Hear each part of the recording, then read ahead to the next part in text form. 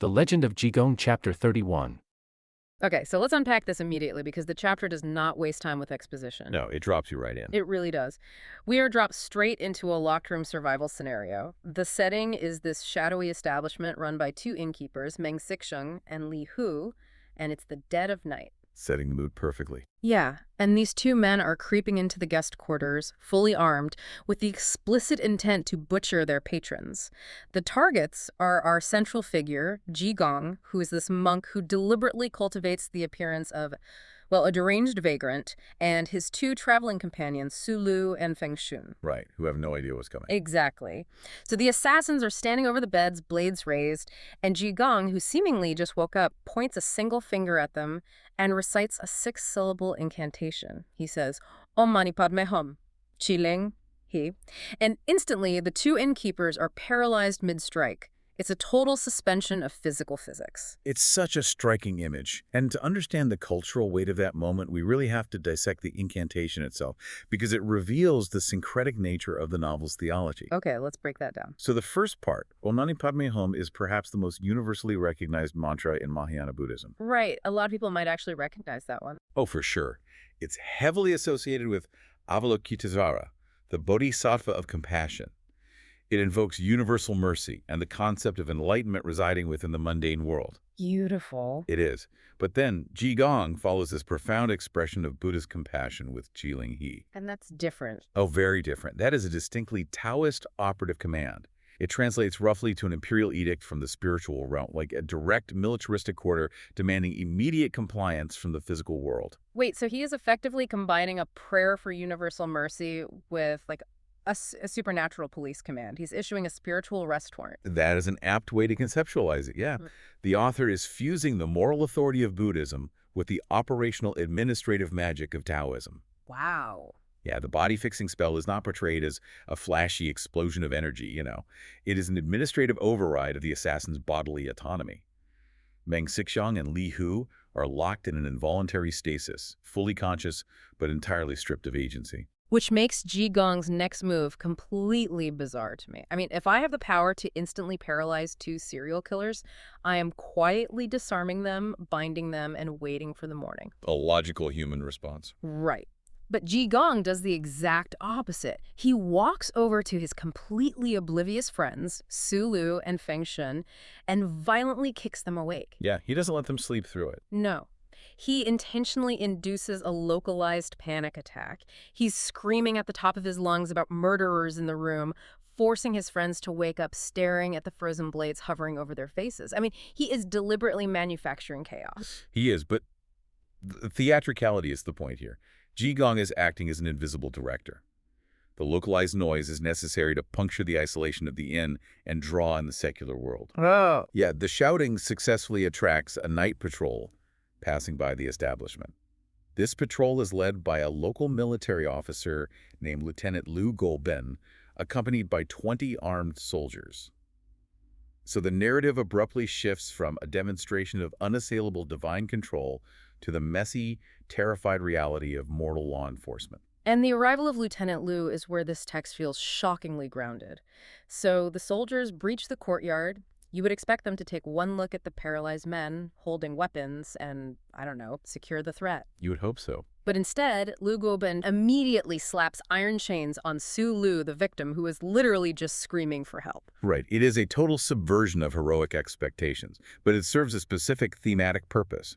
When Su Lu frantically protests that he's the target of an assassination, Lieutenant Lu's response is, well, it's devoid of any investigative curiosity. He doesn't care at all. Not even a little.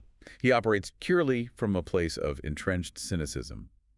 He tells the victims that if he hadn't recently survived a catastrophic professional failure, he might be inclined to listen to them. Yeah, Lieutenant Lu is suffering from severe operational trauma. The text explains that just prior to this incident, Lu and his patrol responded to a massive armed robbery at a prominent local business, the Singlong Silk Store. And that the Singlong Silk Store incident is the defining psychological wound for this character. Oh, absolutely. The narrative details that when Lu arrived at the silk store, the courtyard was filled with individuals shouting for help, claiming to be the victims of a violent home invasion. Sounds familiar. Exactly. So Lieutenant Liu, operating on the standard assumption that the people crying out in terror were the innocent parties, bypassed them to rush deep into the compound to hunt down the perpetrators. And the people screaming in the courtyard were actually the heavily armed thieves running a psychological diversion. That's so clever. It's brilliant, really. They leveraged the predictability of human empathy against the authorities. So while Lieutenant Liu and his 20 soldiers were blindly securing the interior of the compound and inadvertently trapping the actual business owners in their rooms, the criminal syndicate simply walked out the front gate with an enormous payload. Wow. Yeah, Lieutenant Liu facilitated the escape of a violent gang because he relied on a naive heuristic, assuming that volume equates to victimhood. And the fallout for Liu must have been devastating. I mean, in a military or constabulary hierarchy, allowing the perpetrators of a major heist to walk away while you lock up the victims is a career-ending humiliation. It's the ultimate professional failure. Right. So he is operating under this immense cloud of paranoia. His current protocol isn't based on deduction at all. It's a trauma response.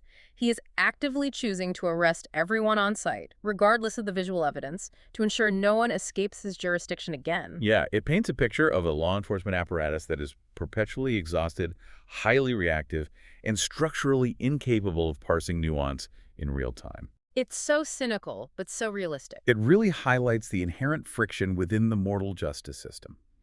Human authorities are bound by linear time, limited sensory input, and the constant threat of deception. They do not possess the omniscient vantage point of the divine. So, Lieutenant Liu's seemingly irrational behavior is actually a highly rational adaptation to a world where criminals actively weaponize the rules of engagement. Okay, this brings me to a theory about Jigong's behavior that I want you to evaluate. Sure, let's hear it. So, if human law enforcement is this thoroughly compromised, if Lieutenant Liu is just going to blindly arrest the victims anyway, why doesn't Jigong bypass the bureaucracy entirely? Okay, I see where you're going. Right, he has the cosmic authority. He could just smite Meng Sixshang and Li Hu, or simply teleport his companions to safety. But instead, the text states that after screaming his head off, Jigong literally sneaks out, hides in the inn's latrine, and pretends to be fast asleep while Liu Guoben is dragging people around in chains. Yes, he hides in the toilet. Exactly. So my theory is that Jigong, despite his immense power, is fundamentally a passive observer who views human suffering as an interactive theater. Like, he wants the entertainment of the conflict without the administrative burden of actually resolving it. What do you think? That is a very modern, cynical reading, I have to say. Fair enough. But it misinterprets the jurisdictional theology of the novel. Jigong is not a celestial vigilante operating outside the bounds of human society. If he simply obliterated the innkeepers with a thunderbolt, he would be usurping the designated role of the secular state. Oh, I see. Yeah, his purpose is not to render human courts obsolete, but to force them to function correctly. By neutralizing the immediate lethal threat but refusing to participate in the aftermath, he leaves a vacuum that the human victims and the human police are forced to fill. So he is essentially corralling human agency. He's enforcing human accountability. When the soldiers eventually locate him in the outhouse and aggressively wake him up, Jigong offers the deeply absurd excuse that the noise of the attempted murder served as a lullaby. Which is just hilarious. It is. But it forces Sulu and Fengshan to articulate their accusations to the authorities. It forces Lieutenant Liu to eventually look at the physical evidence, recognize the paralyzed men with weapons, and process the arrests through official channels. Right, he makes them do the work. Exactly. Jigong provides the miraculous intervention required to level the playing field, but he insists that the administrative machinery of justice be operated by mortals. He supplies the pause button, but the humans have to write the police report. That's a great way to put it. And that dynamic is further emphasized by what happens to the victim's money. After the confusion settles and Lieutenant Liu finally restrains the actual assassins, Sulu and Fengshan rush to check their luggage, because they are traveling with a substantial amount of silver currency. A very dangerous amount. Yeah, but when they open their chests, every single tael of silver has been transmuted into mundane stone. And when they confront Jigong in a panic about this, he just offers a cryptic smile. The transmutation of the silver operates as a multi-layered intervention here. Pragmatically, transforming the wealth into stone removes a massive liability from an unsecured crime scene. Oh, that makes sense. Yeah, given what we know of the chronically underpaid and cynical constabulary, leaving a fortune in silver lying around during a chaotic arrest would likely have invited secondary theft from the soldiers themselves. And we really have to clarify what a tael represents in this economy for you listening, because we aren't talking about loose pocket change here. No, not at all. A tael, or lang, was a unit of weight for silver, acting as a high-denomination currency. While the exact purchasing power fluctuated wildly depending on the dynasty and regional economic stability, a single tael was generally enough to sustain a peasant family for weeks. It could purchase significant quantities of bulk grain. Right, so traveling with chests of silver made Sulu and Fengshtun walking economic targets. They were carrying enough capital to buy a small village, which is precisely what triggered the assassination attempt in the first place. So the text is utilizing the stone illusion to deliver a sharp philosophical critique of materialism. Silver is dense, heavy, and universally coveted. It is the physical manifestation of earthly desire. Right, it's what people kill for. Exactly. By instantly rendering it inert and valueless, Jigong exposes the illusion of wealth. The silver is merely a concept that humans have agreed to kill one another over. In the face of spiritual reality, it holds no more intrinsic value than gravel. That is so deep. It is. He neutralizes the economic catalyst for the crime, proving his absolute dominion over the material world, while ensuring the moral accountability of the humans remains intact. It effectively resets the board, and that reset necessitates a shift in location. So the narrative moves us out of the chaotic, bloodstained inn and drops us into the heavily formalized architecture of the Yuhan County Court. A completely different environment. Completely. The physical violence of the assassination attempt transitions into the procedural violence of imperial jurisprudence. The architectural shift mirrors the structural shift in the narrative. The Yuhan County Court is the epicenter of secular power in the region. The presiding magistrate is the absolute authority. He functions as the investigator, the prosecutor, and the judge. All wrapped into one. All in one. The courtroom is designed to intimidate, to extract compliance through architectural and procedural dominance. Everyone who enters that space is required to physically submit to the magistrate. Which makes Jigong's entrance incredibly disruptive. He is brought into the center of absolute authority, dressed in his trademark ragged, filthy robes.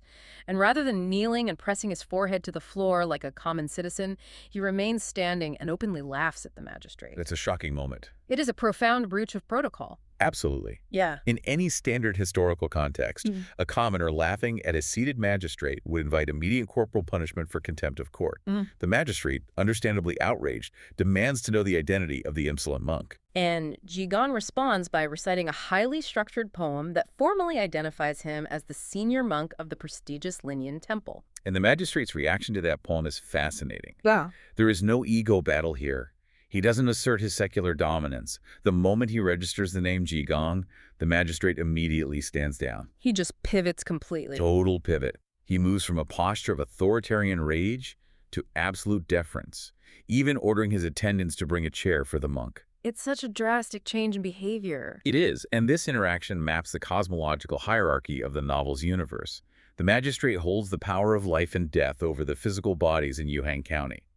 However, the text explicitly positions divine or realized spiritual authority above secular administrative authority. Oh, I see.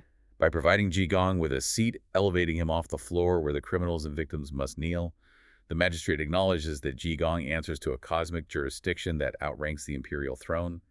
It is a formalized concession of power. Okay, so once that hierarchy is established and Jigong is comfortably seated as an observer, the magistrate actually demonstrates why he holds his position, because the interrogation sequence that follows is incredibly sophisticated. It reads less like an ancient fable and more like a transcript from a modern psychological thriller. The magistrate is highly skilled. He employs advanced adversarial tactics. He recognizes that brute force alone will not unravel a deeply entrenched criminal partnership. Right. So he begins by summoning Meng Sixong, one of the innkeepers, for solitary questioning. And Meng Sixong immediately attempts to exploit the system's known flaws. He delivers a perfectly calibrated lie. He claims that he is a legitimate hospitality worker, his inn was breached by unknown assailants, he armed himself purely for self-defense, and the incompetent Lieutenant Liu arrested him in the confusion. He hits all the right notes. He does. He is weaponizing Liu's reputation for making catastrophic mistakes. It is a highly plausible defense strategy that relies on the historical tension between the military patrols and the civil courts. Meng is betting that the magistrate already views the military police as blundering fools. But the magistrate refuses to engage with the lie. He doesn't cross-examine Meng or point out inconsistencies. He simply orders Meng to be removed from the chamber and placed in isolation. A very calculated move. Yeah, and then he brings in the partner, Li Hu. The text notes that the magistrate specifically ensures Li Hu cannot hear or see Meng Sixsheng. He is constructing an information vacuum. He is deliberately engineering a classic prisoner's dilemma. Yes, straight out of a game theory textbook. Exactly. By isolating the co-conspirators, he removes their ability to coordinate their narrative. The magistrate then deploys a high-stakes bluff against Li Hu. He states unequivocally that Meng Sixsheng has already broken down and provided a full confession to the assassination attempt. He weaponizes the paranoia of the criminal partnership. He does. Because Li Hu is trapped in the logic puzzle now. If he maintains the lie, but Meng has already confessed, Li Hu absorbs the entirety of the judicial wrath. The survival instinct overrides loyalty, and Li Hu completely folds. And the confession he unloads is staggering. It completely reshapes our understanding of the antagonists. The scope of their enterprise is revealed to be industrial in nature. Li Hu confesses that the assassination attempt on Jigong was not an isolated incident. He and Meng Sixsheng have operated this establishment as a black inn for over a decade. 10 years. 10 years. Their standard operating procedure involved identifying solitary affluent travelers, incapacitating them with chemically altered wine, murdering them in their sleep, and liquidating their assets.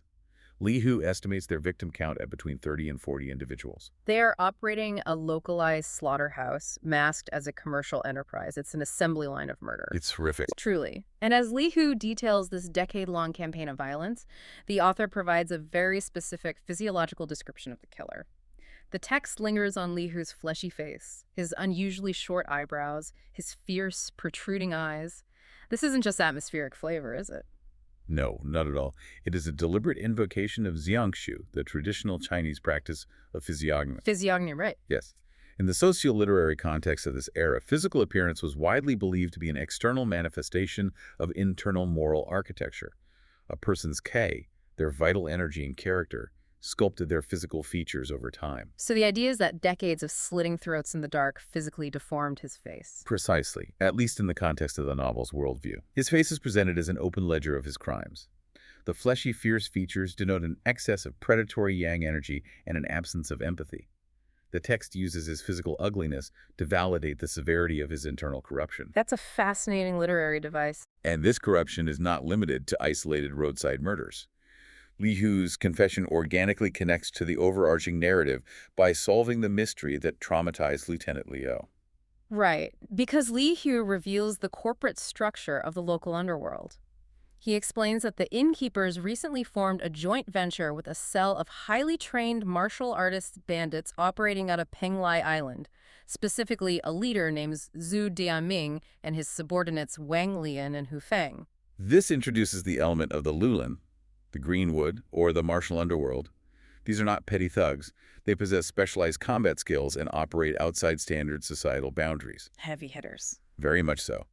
And Li Hu confirms that this combined syndicate, the innkeepers providing the logistical cover and the Penglai martial artists providing the kinetic force, were the actual perpetrators of the Singlong silk store heist. They are the ones who pulled the courtyard diversion on Lieutenant Liu. They absconded with 50 rolls of premium silk and 1,000 taels of silver, which is a staggering sum of liquid capital. An unbelievable haul. But the alliance collapsed immediately after the successful extraction, entirely due to internal greed. The dissolution of the criminal pact is a recurring motif.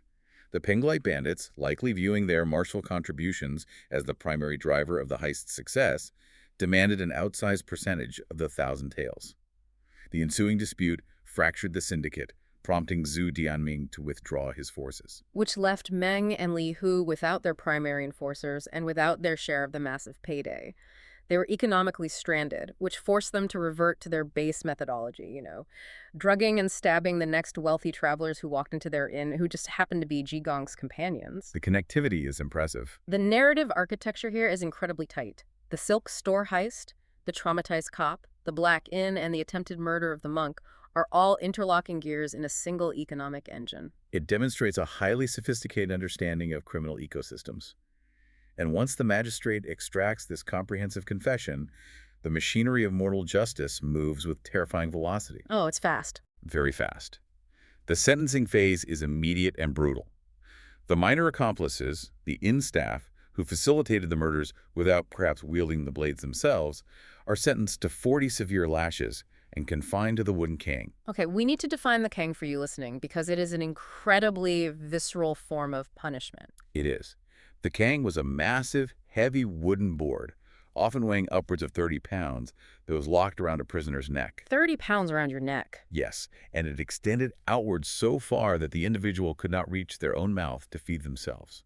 That is horrifying. It was a dual mechanism of torture. It inflicted chronic physical agony on the cervical spine, but more importantly, it functioned as an engine of social death. The criminal was paraded in public, entirely dependent on the mercy of the community they had wronged for basic survival. It is a devastating combination of physical ruin and public erasure. And the ringleaders, Meng and Li Hu, bypass the Kang entirely.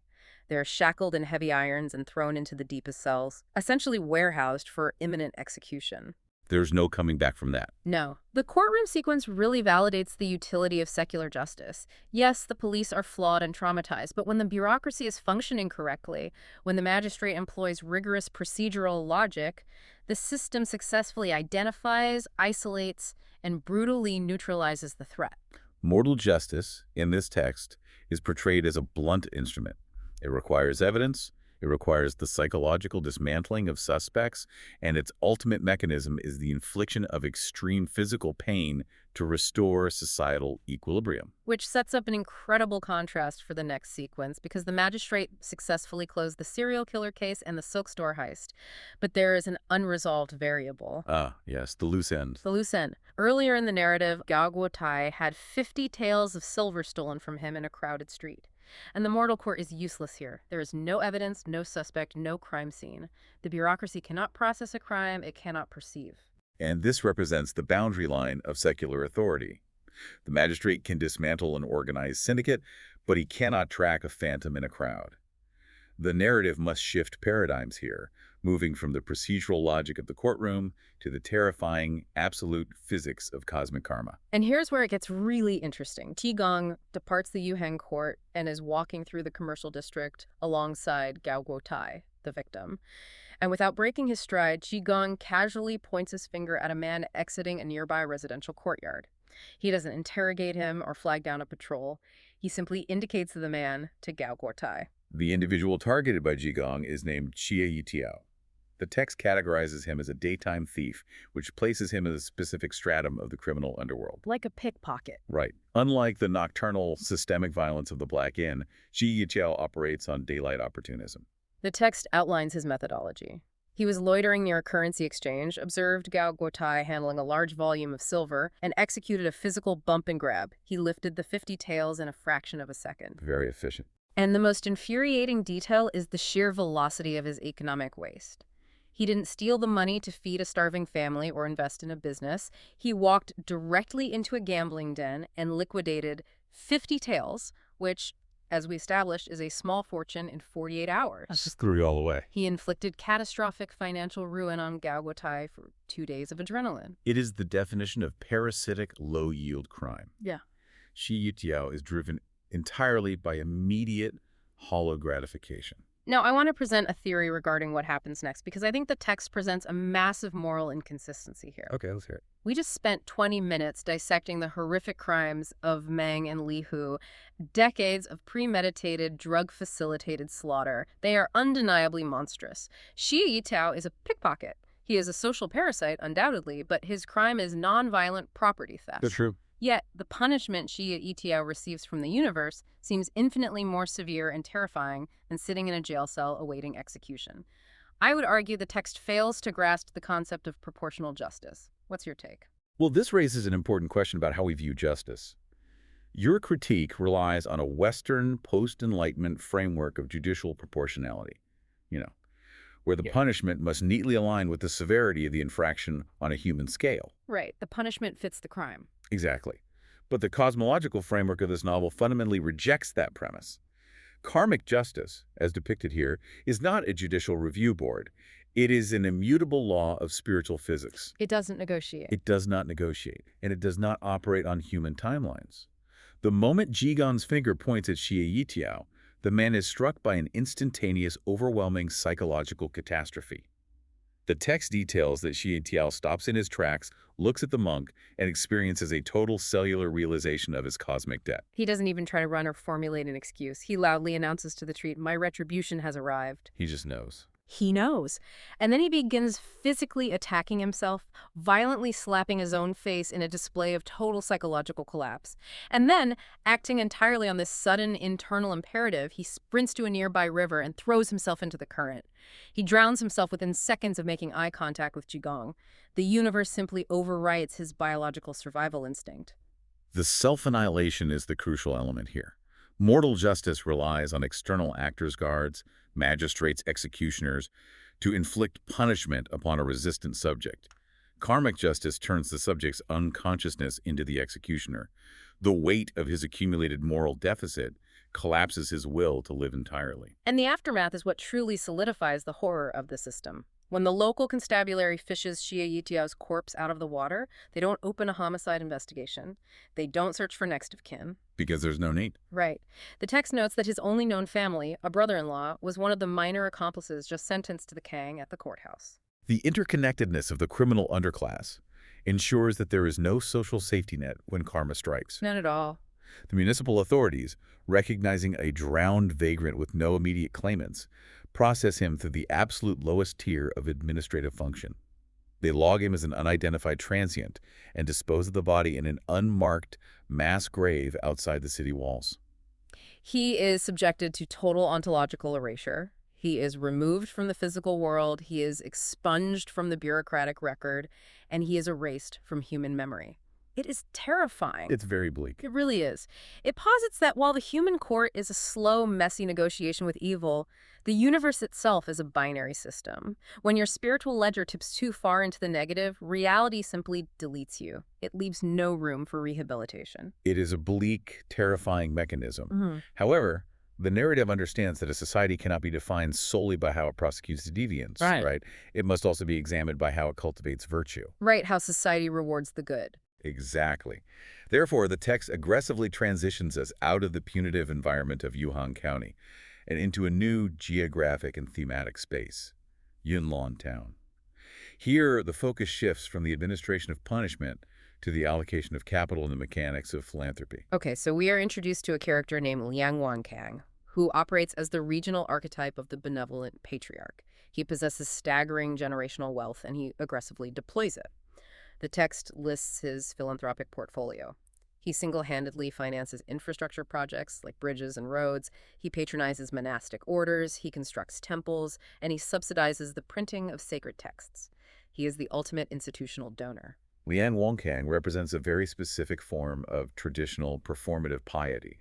His charity is heavily mediated through religious institutions. Right. He operates under the assumption that funneling capital into the spiritual bureaucracy, building temples and funding priests, will passively benefit the community and secure his own karmic legacy. But the author uses Liang to deliver a devastating critique of institutional corruption. And the inciting incident for this critique is a seemingly standard interaction. A Taoist priest approaches Liang Wankang with a highly polished pitch regarding urgent structural repairs needed for a local temple. A very common request. Very common. And Liang, adhering to his role as the pious benefactor, liquidates 100 taels of silver and hands it over to the priest. Again, this is an astronomical sum of money, enough to construct a building. It is a massive transfer of wealth based entirely on institutional trust. But the trust shatters almost immediately. Later that exact same afternoon, Liang Wankang is inspecting properties in the western district of the town. He happens to look down an alleyway, and he sees the very same Taoist priest exiting a high-end brothel. The priest took the 100 taels of infrastructure funding and immediately injected it into the local vice economy. The proximity of the donation to the transgression makes the hypocrisy undeniable. Liang Wankang is forced to confront the reality that the religious institutions he supports are porous and corrupt. They're just siphoning money. Exactly. The spiritual middlemen are skimming the capital meant for communal elevation and squandering it on base physical gratification. And Liang's reaction is total systemic disillusionment. He returns to his estate and essentially vows to close his checkbook.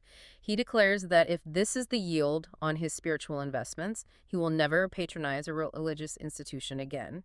He is on the verge of hoarding his wealth, which would be disastrous for the region. It would be catastrophic. But this is where the text introduces what I genuinely believe is one of the most fascinating economic pivots in classical literature. If we connect this to the bigger picture, the intervention comes from a member of the administrative class within Liang's household, his senior servant, Liang Shu. A great character. Very much so.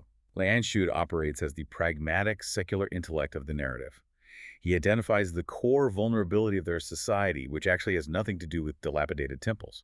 Right, because the region is in the midst of a multi-year ecological and economic collapse. The text explicitly details consecutive years of severe drought and famine. The agricultural base has failed.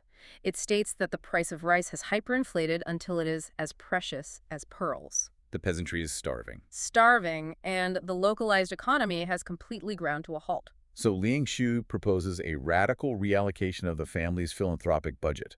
Instead of routing funds upward into the abstract spiritual hierarchy, he suggests routing resources directly downward into the base layer of the economy. I love this part. He advocates for the construction of a massive, direct-action porridge kitchen. Which a large-scale soup kitchen is a standard crisis response. But the genius of Liang Shu's proposal is the secondary mechanism. When Liang Wankang approves the initiative, they institute a highly specific distribution policy. Every individual who passes through the kitchen receives a caloric baseline, a substantial bowl of porridge to arrest immediate starvation. But crucially, alongside the food, every person receives a direct cash transfer of 100 copper coins. The inclusion of the copper coins transforms the initiative from basic humanitarian relief into a sophisticated engine of macroeconomic stimulus. That is exactly how I read it. So what does this all mean? The text explicitly states the intent behind the cash transfer. The money is provided so they can go back to farming. This is not a universal basic income meant for consumer spending. This is a targeted agricultural capital injection. We must analyze the utility of those 100 copper coins in a famine economy. The porridge ensures that the peasant survives the next 48 hours. The copper coins provide the microcapital necessary to re-engage with the means of production. Like seed money, literally. Literally. It allows a destitute farmer to purchase seed grain on the secondary market, repair a broken plow, or perhaps pool funds with neighbors to rent a draft animal. It repairs the supply chain at the individual level. I mean, the text is making a stunningly modern argument. It posits that true virtue does not consist of building a gold-leafed shrine for a corrupt priest. True virtue is providing a starving agricultural worker with the exact amount of capital required to plant the next harvest. It is a total rejection of trickle-down spiritual economics in favor of bottom-up agrarian stimulus. It really is basically a 12th century version of an agricultural stimulus package. The author is weaponizing economic pragmatism against religious dogma. By detailing this specific policy, the text argues that secular, community-focused welfare is morally superior to performative piety. It is a moment of profound, rational humanism amidst a narrative otherwise dominated by violence and magic. It is a triumph of human ingenuity. But, adhering to the structural rhythm of the novel, the moment the human characters establish a functional utopian system, the universe actively attempts to crush it. Because no good deed goes unpunished in these stories. Exactly. Just as the Liang family establishes this beautiful system of charity, a dark shadow falls over their town. The establishment of the stimulus program triggers a massive escalation in the narrative stakes, hurtling us toward the chapter's climax. The transition is intentionally jarring. Jigong, who has been largely absent from the narrative since the incident with the pickpocket in Yuhang, suddenly arrives in Yunlan town. Just shows up. He is likely drawn by the immense concentration of positive karmic energy generated by Liang Wankang's initiative. However, he does not find a peaceful town recovering from famine. He walks into an active occult war zone. And the imagery here is phenomenal. Jigong walks down the main thoroughfare and looks through the gates of the Liang family compound, the epicenter of all this benevolence. Towering over the courtyards is this bizarre architectural anomaly. It is a massive 36-foot-high ritual platform entirely draped in 5-colored silk, topped with an altar and ceremonial chairs. It's a massive structure. It looks like an arcane missile silo constructed right in the middle of a soup kitchen. We must decode the esoteric architecture of this structure. The dimensions are not random. 36 is a highly significant number in Taoist cosmology, often corresponding to the 36 heavenly spirits or stratagems. Oh, interesting. And the five-colored silk explicitly invokes the wuxing, the five elemental phases: wood, fire, earth, metal, and water. Hmm. This is not street corner fortune-telling. This platform is a piece of heavy spiritual artillery designed to manipulate the fundamental elements of reality on a massive scale. And Jigong's reaction to this structure breaks his established behavioral pattern. For the entirety of this chapter, Jigong has been aggressively passive.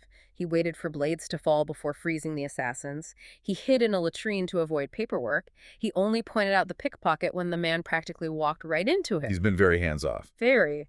But when he sees this platform, the text says he strikes his own palm 3 times, which is a physical manifestation of severe anxiety or realization, and declares aloud, "I cannot stand by, I must intervene." So why is he suddenly so proactive here? His sudden proactive stance is the clearest indicator of the threat level. Jigong recognizes the platform as a systemic, weaponized spiritual installation. The mortal courts manage the thugs, the automatic mechanics of karma manage the petty thief. But this platform represents an organized, highly capitalized intrusion of dark magic into the physical realm. It's a bigger problem. It requires a peer-level response. Yeah. He recognizes a rival master. I have a theory about this that I want to test. Is it possible that Jigong's sudden urgency isn't about protecting the Liang family at all? Given his cynical approach to human affairs, could he recognize the massive wealth of the Liang estate and view this dark magic as a competitor for those resources? Like, is this essentially a turf war between spiritual entities over a lucrative patron? While the novel frequently critiques the financial greed of monastic orders, Jigong himself is consistently portrayed as being immune to material desire. Remember, he literally turned chests of silver into stone. Good point. I forgot about the stone. Yet his urgency is not economic, it is cosmological. He recognizes a disruption in the spiritual ecosystem that threatens to overwhelm the localized reality of Yanlan Town. The platform is a staging ground for a much larger conflict, and the narrative immediately introduces the architect of this threat. The Dark Priest. Yeah. So the antagonist who has targeted the Liang family, specifically Liang Wankan's son, Liang Shiyuan, is described with visceral intensity. He is a Taoist priest, over 50 years old, carrying a heavy sword and a ceremonial fly whisk. But it's his face that stands out. The text describes his complexion as looking like black gold paper. The black gold paper descriptor is a masterstroke of character design. It strips him of human vitality. Yeah. He does not look like a living organism. He looks like a forged idol or an ancient corrupted talisman. Like he's barely human anymore. It visually communicates that he is entirely consumed by his arcane practices. And his motivation is pure predatory malice. The text is explicit that the moment this dark priest laid eyes on the philanthropist's son, a dark, sudden evil intent was born. It wasn't a misunderstanding, and it wasn't a dispute over money. It is the inherent magnetic attraction of absolute corruption toward pure innocence.